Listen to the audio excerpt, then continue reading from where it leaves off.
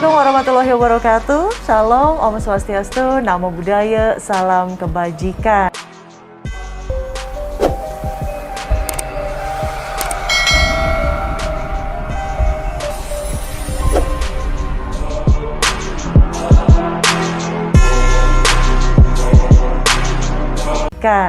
Ibu dan Bapak yang berbahagia, puji dan syukur kita panjatkan kehadirat Tuhan Yang Maha Esa, karena pada siang hari ini kita dapat bergabung dalam acara webinar sosialisasi kebijakan bantuan operasional sekolah dan dana alokasi khusus fisik tahun 2021 dari Kementerian Pendidikan dan Kebudayaan. Saya Widya Saputra, izin terlebih dahulu saya membuka masker ya, dan tidak bosan-bosannya saya mengingatkan untuk kita semua patuh terhadap protokol kesehatan karena pandemi masih belum berakhir. Dan saya ucapkan selamat siang dan selamat bergabung tentunya kepada yang saya hormati Menteri Pendidikan dan Kebudayaan Mas Nadiem Anwan Makarim. Selamat siang Mas Menteri, terima kasih telah bergabung.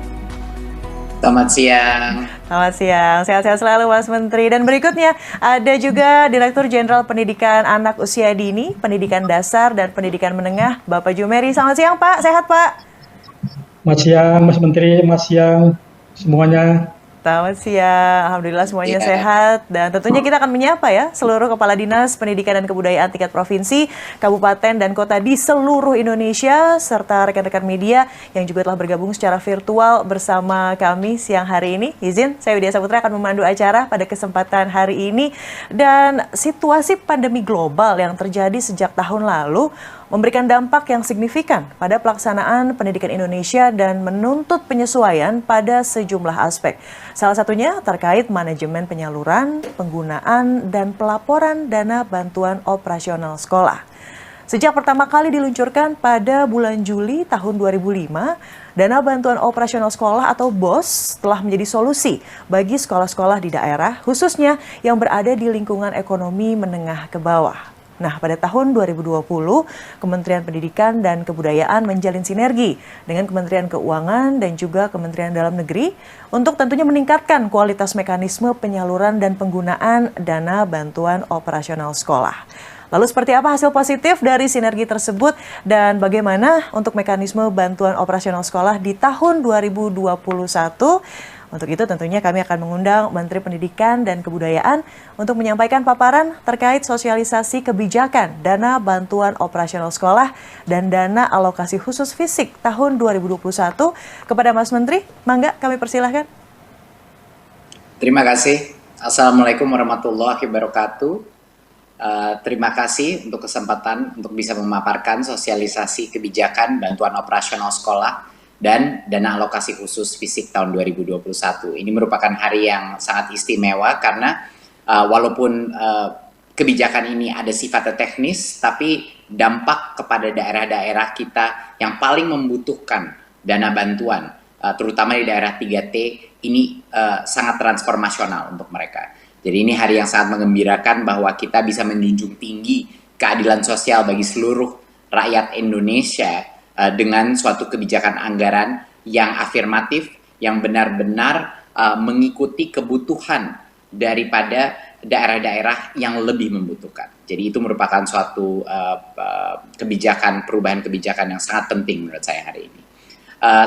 Izinkan saya melakukan paparan mengenai apa saja isi daripada perubahan kebijakan BOS dan DAK tahun 2021. Berikut. Kita ada dua sesi di sini. Satu adalah mengenai kebijakan BOS, kedua adalah mengenai kebijakan DAK. Yang pertama akan saya telahi adalah yang kebijakan mengenai BOS di tahun 2021.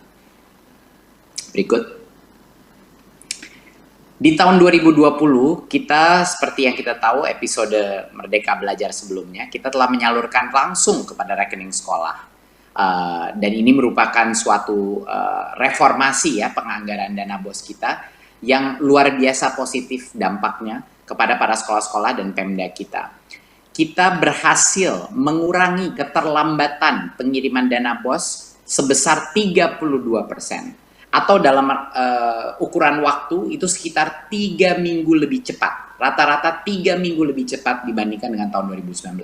Ini dampaknya luar biasa. Banyak sekali orang tua yang dulu diminta untuk ditalangi dulu biaya operasional sekolah. Sementara karena proses administratif yang menimbulkan ketundaan, penundaan daripada penerimaan dana BOS, ini udah tidak terjadi lagi.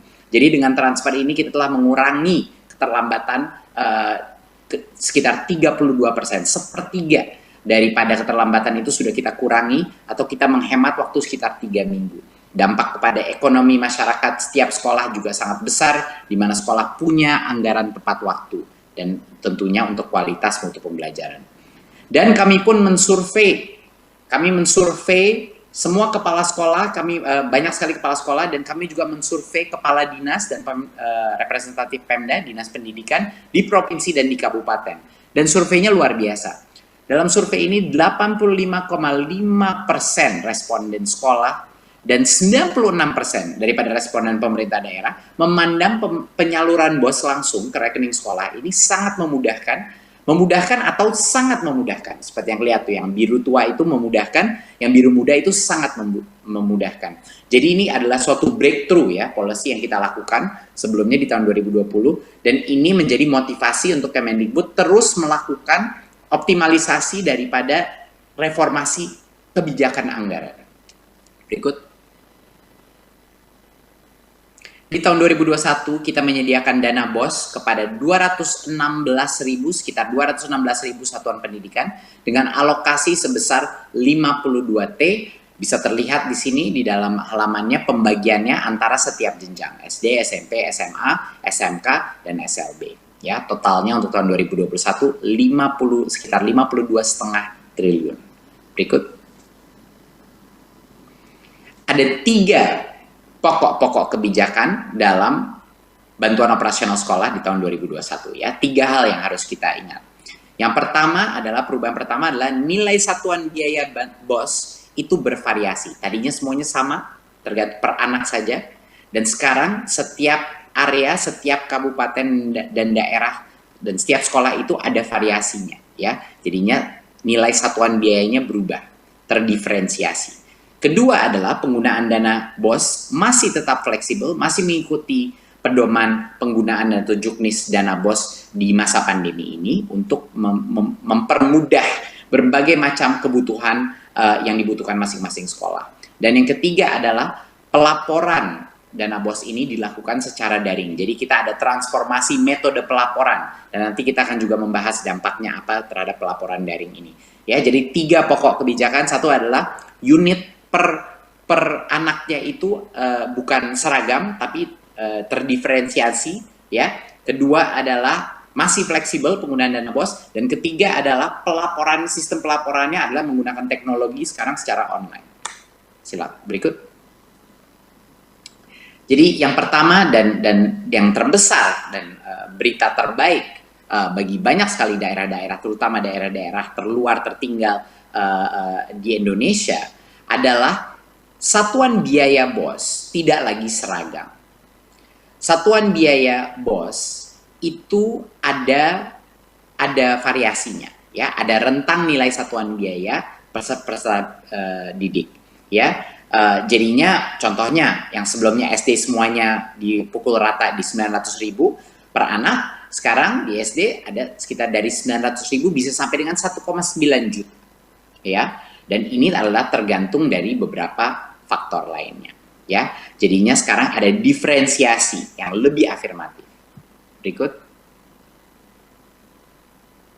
Diferensiasi ini menimbulkan beberapa contoh yang bisa kita tunjukkan. Diferensiasi ini ditentukan berdasarkan daerahnya itu susah tercapai, indeks kemahalannya seperti apa. Sekarang bayangkan, sebelumnya kita tidak mengambil faktor bahwa untuk membangun sesuatu di daerah tertentu bisa saja 1,5 kali lebih mahal daripada daerah lainnya gitu. Dan kita tidak mengikuti faktor-faktor ini. Jadi sehingga sekolah-sekolah yang kecil, sekolah-sekolah di daerah yang lebih terluar dan tertinggal, itu mereka yang paling dirugikan ya, karena kebutuhan mereka lebih banyak ya, kebutuhan dari finansial, karena semua barang di situ lebih mahal, biaya distribusi atau biaya logistik untuk sampai ke daerah-daerah itu lebih tinggi, tapi tidak ada konsiderasi dari sisi kebijakan. Itulah yang kita benarkan. Ini kita ambil contoh, salah satu contoh kita di NTT, di mana NTT di tahun 2000 di Kabupaten Timur Tengah Selatan NTT di tahun 2021 akan mengalami perubahan cukup signifikan, sekitar 5-6% lebih besar alokasi dana BOS-nya di beberapa SD, SMP, dan SMKN-nya, karena sekarang kita sudah memfaktorkan indeks kemahalan masing-masing area. Contoh kedua, kita melihat di Kepulauan Aru, Maluku, yang lebih jauh lagi, yang biaya distribusi atau logistik lebih mahal lagi. Biaya konstruksi pun, karena bahan dasar juga lebih mahal di situ, di daerah kepulauan. Dan ini peningkatannya dramatis. Peningkatan dana BOS mereka mencapai sekitar 40 sampai dengan 50% di daerah-daerah kepulauan di Maluku, ya, untuk dana BOS mereka. Jadi ini kabar sangat gembira untuk teman-teman kita, terutama di tempat-tempat kepulauan di daerah Maluku dan di timur Indonesia. Kita ambil contoh terakhir di Papua, di Kabupaten Intan Jaya, Papua, di mana biaya logistik, biaya supply barang-barang dasar itu paling tinggi, di mana banyak sekali kesulitan karena baik juga itu memang daerah kepulauan, tapi juga berbagai macam isu dari sisi kejauhan daripada sentra-sentra pusat. Ini di daerah Papua kenaikan dana BOS di 2021 itu mencapai sampai dengan di atas 100%. Untuk misalnya SD YPPK Sanepa itu sampai 117%. SMP Negeri 1 Sugapa naik 125%, dan SMA 1 Sugapa naik sampai 131%. Jadi ini benar-benar perubahan cara kita mengalokasikan BOS yang jauh lebih adil. Biar teman-teman kita di Papua, di Maluku, di NTT itu bisa meningkatkan kualitas pembelajaran mereka dengan mengkonsiderasi berbagai macam faktor dan indeks kemahalan di daerah-daerah mereka tersendiri. Jadi inilah yang kita maksudkan dengan menjunjung tinggi keadilan sosial bagi seluruh rakyat Indonesia. Kebijakan penganggaran pun harus mengikuti azas Pancasila tersebut. Berikut. Dan tentunya penggunaan dana BOS masih fleksibel sesuai dengan kebutuhan sekolah. Beberapa penggunaan daripada dana BOS ini adalah yang terpenting, apalagi di masa pandemi ini. Pertama adalah kita masih memberikan fleksibilitas pembayaran honor kepada guru-guru honorer. Di masa ini masih diberikan fleksibilitas, ya. Dan honor dapat diberikan kepada tenaga pendidikan apabila dana masih tersedia. Jadi kita berikan fleksibilitas bagi kepala sekolah, diskresi bagi kepala sekolah untuk memberikan honor kepada guru-guru yang paling layak menerima. Dan juga tentunya di mana saat ini kita sudah masuk dalam proses pelaksanaan tatap muka, dan semakin banyak sekolah, semakin setiap minggu mulai melakukan tatap muka, dana BOS bisa dan kami anjurkan untuk digunakan untuk segera mengakselerasi proses tatap muka untuk memenuhi segala kebutuhan protokol kesehatan seperti kesediaan sanitasi, masker, termogan, dan berbagai macam kebutuhan untuk memenuhi daftar periksa pembelajaran tatap muka. Dan tentunya karena asesmen nasional akan dilaksanakan tahun ini, pembiayaan apapun honor transportasi dan pelaksanaan AN itu juga bisa digunakan di dana BOS. Saya baru saja kembali dari Papua, dan ini sangat tepat sebenarnya waktunya dengan pelaksanaan kebijakan ini. Karena dengan adanya fleksibilitas dana BOS, saya dengar dari banyak-banyak teman di Pulau Dom, di Papua Barat, itu mereka menceritakan bahwa salah satu isu utama mereka adalah transportasi antara kepulauan, transportasi baik anak maupun transportasi guru, dan bagaimana mereka bisa menggunakan ini. Dengan adanya fleksibilitas dana BOS dan peningkatan yang cukup dramatis untuk daerah-daerah 3T seperti ini, teman-teman kita di sekolah-sekolah di daerah-daerah kepulauan bisa menggunakan dana BOS ini untuk transportasi murid-muridnya dan guru-gurunya, karena lebih fleksibel dan juga satuan unit pembiayaannya sudah meningkat. Jadi ini benar-benar merupakan suatu solusi daripada kebutuhan masing-masing sekolah di daerah-daerah paling terluar yang mungkin sangat variatif kebutuhan mereka yang paling urgen. Berikut. Di tahun 2020, kebijakan mewajibkan pelaporan penggunaan BOS itu menjadi persyaratan penyaluran. Jadinya kalau tidak ada pelaporan yang dilakukan di kuartal sebelumnya, ya kita tidak akan bisa melepaskan BOS yang berikutnya. Dan apa yang terjadi Bapak Ibu, apa yang terjadi adalah sesuatu yang cukup luar biasa. Walaupun kita telah memberikan fleksibilitas dalam penggunaan dana BOS, dan walaupun kita sudah melakukan transfer langsung kepada sekolah, pelaporan yang sekarang bisa dilakukan lewat online meningkat secara dramatis. Ya, pelaporannya itu meningkat secara dramatis. Di BOS tahap 1, peningkatan di tahun 2018 itu cuma 26% yang melakukan pelaporan, 2019 48%, tapi di 2020 70,7% sekolah melaporkan penggunaan BOS tahap 1. Ini suatu transformasi yang cukup luar biasa di dalam transparansi penggunaan dan pelaporan dana kita. Pada bulan Desember 2020, angka itu mencapai 99%. 99% daripada semua sekolah melaporkan penggunaan BOS tahap 1. Ini luar biasa. Di tahun 2018 cuma 36%. 2019 cuma 61%. Tapi di 2020, karena kebijakan baru kita dan pelaporan secara online yang lebih mudah dilakukan, kita mencapai 99,1% pelaporan dana BOS. Jadinya dengan semua fleksibilitas yang kita berikan, tetap saja akuntabilitas dan transparansi menjadi harga mati daripada kebijakan anggaran kita. Dan karena kita menggunakan teknologi dan pelaporan online, akuntabilitas dan transparansi daripada penggunaan dana BOS juga meningkat secara dramatis. Berikut.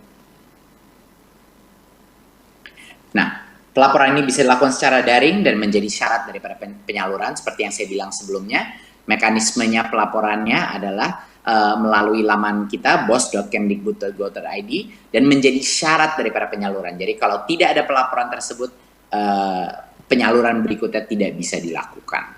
Ya, jadi penyaluran tahap 1 dilakukan setelah sekolah menyampaikan laporan untuk sekolah tahap 2 tahun sebelumnya, lalu tahap 2 dilakukan setelah mereka sudah melaporkan dan seterusnya. Jadinya benar-benar suatu hal yang mandatori, suatu hal yang kami haruskan bahwa pelaporan ini menjadi suatu kondisi untuk bisa menerima dana berikutnya. Dan itulah salah satu alasan dan dengan menggunakan teknologi sehingga bisa meningkat level pelaporan daripada dana BOS di seluruh sekolah di Indonesia.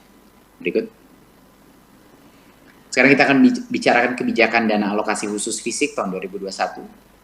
Berikut. Di tahun 2021, pemerintah menyediakan DAK fisik untuk sekitar 31.600 satuan pendidikan, ya, dengan alokasi sebesar 17,7 triliun rupiah. Di sini terlihat pembagiannya berdasarkan jenjang. Berikut. Ada 3 pokok kebijakan. Yang pertama adalah fokus kepada ketuntasan sarana dan prasarana pendidikan, ya. Pemenuhan ini dilakukan secara menyeluruh untuk semua kebutuhan prasarana sekolah, jadinya whole school approach, jadinya bukan cuman pagar-pagar dan pintunya saja atau ruang gedung kelas, tapi secara holistik.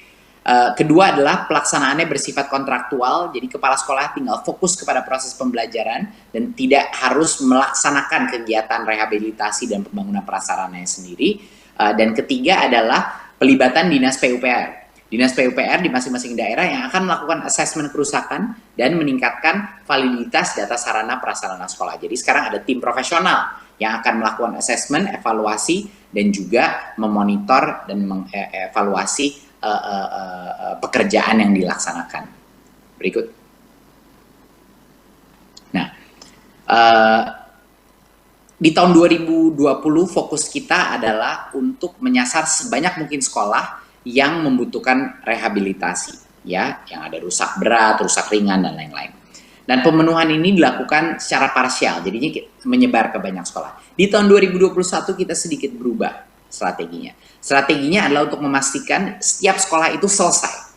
Pemenuhan itu dilakukan secara holistik, menyeluruh sesuai kebutuhan sarana prasarana masing-masing sekolah. Dan harapannya dampaknya adalah walaupun sasaran sekolah kita lebih mengecil, tapi seluruh permasalahan sarpras di sekolah itu tuntas dan selesai. Itu adalah harapan kita dengan perubahan strategi ini, agar dipastikan kalau kita bantu itu sekolah itu benar-benar sampai tuntas kebutuhan sarana prasarananya dan berbagai macam rehabilitasi yang dibutuhkan. Berikut. Nah, dana alokasi fisik menunya di 2021 untuk ketuntasan sarana prasarana sekolah. Jadi apa saja sebenarnya yang bisa dilakukan sebagai yang kita maksudkan dengan whole school ya. Menu ini meliputi bukan hanya rehab, tapi pembangunan ruang keras, perpustakaan, ruang guru, toilet, laboratorium, ruang praktek, UKS, rumah dinas guru, ruang ibadah, dan ruang pembelajaran inklusi. Penyediaan sarana pendidikan juga rincian menu ini meliputi semua pengadaan alat laboratorium, peralatan praktek utama, dan media pembelajaran termasuk alat-alat TIK. Jadi ini benar-benar diberikan menu yang jauh lebih fleksibel. Berikut. Pengadaan secara kontraktual ini kita banyak sekali mendengar komplain-komplain dari beberapa waktu saya mengunjungi berbagai macam kepala sekolah. Banyak yang mengkomplain bahwa sistem swakelola ini benar-benar membebankan kepala sekolah. Banyak dari mereka yang tidak tahu mungkin secara prosedural bagaimana, ada pihak-pihak oknum yang juga mengganggu mereka, jadinya ini menjadi suatu beban mental dan beban administratif bagi banyak sekali kepala sekolah. Jadi kita di tahun ini pindah dari sistem swakelola ke sistem kontraktual, di mana yang akan dilakukan ini dilaksanakan oleh Dinas Pendidikan ya dengan penyedia dan manajemen terpusat di Dinas Pendidikan agar sekolah tidak terbebani dengan semua urusan pengadaan barang dan jasa dan juga peralatan itu disediakan oleh penyedia. Jadi dalam pelaksanaan dibutuhkan peralatan khusus kontraktor bisa mendatangkan dari daerah lain. Dan dari sisi waktu ini ada jaminan ketepatan penyelesaian. Jadi paling tidak ada faktor waktu dan suatu komitmen dari pemerintah daerah, dari Dinas Pendidikan kapan bisa diselesaikan, dan harapannya hasilnya kualitas bangunan juga lebih baik dan juga efisiensi juga lebih baik. Berikut. Kita juga akan melibatkan Dinas PUPR untuk meningkatkan validitas data sarana prasarana sekolah. Ini artinya dari sisi penilaian kerusakan, validitas data, dan juga efisiensi, pihak Dinas PUPR daerah akan melakukan monitoring dan evaluasi agar dana ini digunakan tepat sasaran dengan efisiensi yang baik. Berikut. Jadi untuk menyimpulkan kebijakan ini, yang pertama dan tentunya yang suatu kabar yang sangat gembira bagi banyak sekali daerah-daerah terluar di Indonesia, terutama di luar beberapa daerah di luar Jawa, nilai satuan biaya BOS sekarang bervariasi sesuai karakteristik daerah dan sesuai dengan indeks kemahalan di masing-masing daerah. Tidak ada lagi diskriminasi terhadap daerah-daerah yang punya sekolah-sekolah kecil atau daerah-daerah yang indeks konstruksi atau indeks kemampuan membayarnya itu kemahalannya itu sangat tinggi.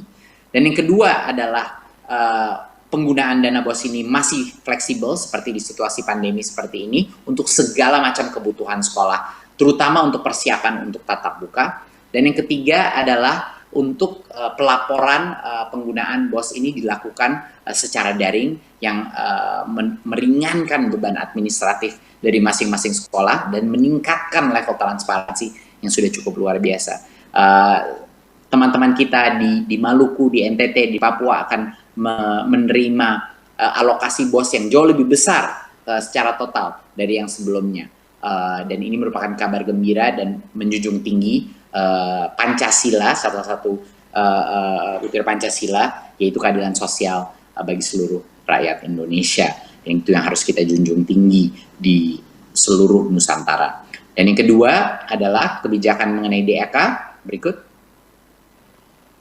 Ya, kebijakan DAK yang kita alokasikan 17,7 triliun, fokusnya adalah ketuntasan sarana dan prasarana pendidikan untuk kebutuhan secara holistik yang dibutuhkan sekolah, jadinya agar tuntas masing-masing sekolah. Jadi jangan sampai kalau kita melakukan rehabilitasi atau peningkatan sarana prasarana tidak sampai tuntas. Kedua adalah pelaksanaan yang bersifat kontraktual untuk melepaskan beban ini daripada kepala sekolah, dan ini bisa kita beban itu sekarang ada di Dinas Pendidikan masing-masing Pemda. Dan ketiga adalah keterlibatan monitoring dan fungsi MONEF daripada Dinas PUPR yang akan melakukan assessment kerusakan, di mana setiap Dinas PUPR punya profesional-profesional yang akan bisa memastikan anggaran kita itu tepat sasaran dengan efisiensi yang terbaik. Saya rasa itu dari saya mengenai kebijakan DAK dan kebijakan dana BOS di tahun 2021. Ini adalah upaya daripada Kemendikbud dan pemerintah pusat untuk memastikan bahwa reformasi kebijakan anggaran kita di dunia pendidikan terus meningkat dan terus menghasilkan mutu pembelajaran yang baik dan terus menghasilkan pemerataan akses dan keadilan sosial bagi masyarakat di negara kita. Terima kasih. Wassalamualaikum warahmatullahi wabarakatuh. Waalaikumsalam warahmatullahi wabarakatuh. Terima kasih atas pemaparannya Mas Menteri Pendidikan dan Kebudayaan, Mas Nadiem Anwar Makarim.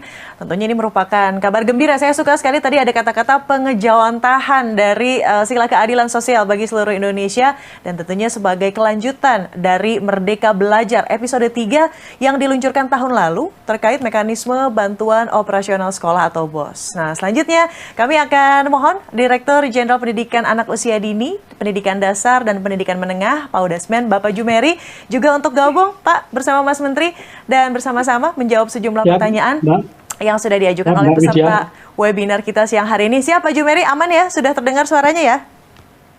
Aman, ya. Baik, Mas Menteri, ini langsung ramai semuanya tadi, betul-betul kabar gembira, betul-betul ditunggu begitu ya. Jadi kita akan langsung saja ke pertanyaan pertama yang akan diajukan kepada Mas Menteri. Kita akan lihat pertanyaan yang pertama. Ini apakah dengan skema tahun 2021 ini berarti satuan biaya BOS ini berbeda per kabupaten kotanya? Begitu katanya Mas, silakan.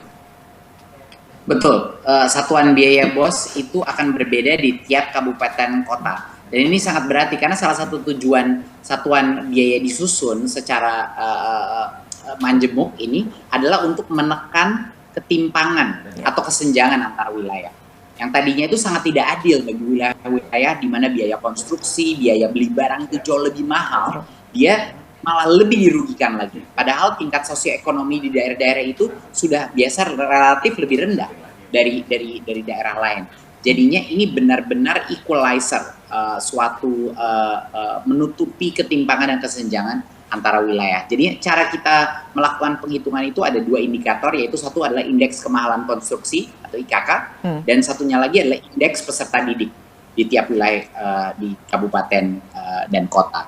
Itu wilayah dengan IKK yang tinggi dan IPD yang rendah, maka satuan biaya di wilayah tersebut dengan kenaikan satuan biaya yang tinggi. Gitu. Wilayah dengan IKK yang sedang dan IPD yang sedang, maka satuan biaya di wilayah tersebut dengan kenaikan satuan biaya yang sedang. Gitu. Jadi ini benar-benar transformasional menurut saya, karena selama ini kita menghitungnya hanya per anak aja. Jadi bayangkan di kepulauan-kepulauan di mana sekolah itu udah indeks kemahalannya tinggi, ya, udah gitu jumlah muridnya lebih kecil, padahal ada minimum cost untuk mengoperasionalkan sekolah. Jadinya ini luar biasa menurut saya suatu perubahan, terutama untuk daerah-daerah kita yang paling membutuhkan. Oke, noted Mas Menteri. Berikutnya juga apakah ini kebijakan BOS 2021 juga berlaku untuk BOP PAUD dan BOP kesetaraan? Ya, kebijakan yang kami rancang ini merupakan upaya mewujudkan sinergitas ya, peran pemerintah pusat dan pemerintah daerah dalam penyelenggaraan pendidikan. Nah, tahun 2021 kebijakan BOS ini hanya BOS dengan satuan biaya majemuk itu, tapi belum berlaku untuk BOP PAUD dan BOP pendidikan kesetaraan. Nah, direncanakan kebijakan satuan biaya majemuk untuk BOP itu kalau bisa, insya Allah akan mulai diperlakukan di tahun 2022. Jadinya belum untuk tahun ini. Tapi kami sedang perjuangkan apapun yang kita lakukan untuk BOS. Harapannya ya, harapan kami dan inilah perjuangan di Kemendikbud untuk itu juga diberlakukan nanti untuk BOP PAUD dan BOP kesetaraan. Oke, well noted Mas Menteri, terima kasih. Dua pertanyaan terlebih dahulu. Dan sekarang juga ada pertanyaan tentunya kepada Pak Jumeri. Pak Jumeri? Ya, siapa? Oke, baik. Pak Jumeri sudah mendengar ya, mendengar suara saya, baik. Dan pertanyaan kepada Pak Jumeri ini terkait selama pandemi begitu Pak. Tidak ada persentase dari dana BOS untuk pembayaran honor. Nah, katanya apabila ada suatu bencana alam terjadi di daerah dan tidak ditetapkan sebagai bencana nasional, apakah pembatasan honor 50% ini akan berlaku untuk daerah tersebut? Pak Jumeri, silakan. Jadi pembatasan ini tidak berlaku lagi, Mbak. Jadi bagi daerah-daerah yang ditetapkan sebagai daerah bencana maupun bencana nasional, maka ketetapan honor 50% bisa diabaikan. Jadi bahkan bisa sampai lebih dari 50%. Itu jika suatu daerah atau negeri ini dinyatakan sedang dalam bencana. Baik, semoga terjawab ya tadi pertanyaan pertama. Pertanyaan kedua ya berikutnya Pak Jumeri, ini langsung pelaporan katanya menjadi persyaratan penyaluran. Nah, lalu bagaimana nih dengan satuan pendidikan dengan keterbatasan internet? Seperti yang tadi disebutkan oleh Mas Menteri ya, ada wilayah 3T begitu, sehingga mungkin tidak bisa menyampaikan laporan secara tepat waktu. Pak Jumeri silahkan. Jadi laporan lewat internet ini adalah bagian dari akuntabilitas atas bantuan yang kita berikan kepada satuan pendidikan. Nah, bagi satuan pendidikan diberi waktu cukup panjang. Jadi laporan penerimaan tahap 1 itu bisa sebagai dasar untuk penerimaan tahap 3, bukan dasar penerimaan tahap 2. Sehingga ada selang 1 tahap, Mbak. Ini merupakan waktu yang cukup bagi satuan pendidikan untuk melaporkan. Kalau sekolah atau satuan pendidikan mengalami kesulitan akses internet, mungkin belum punya perangkat internet yang memadai, satuan pendidikan itu bisa di bawah bimbingan dinas pendidikan setempat memfasilitasi satuan-satuan pendidikan yang belum punya akses internet untuk dibantu dalam pelaporan.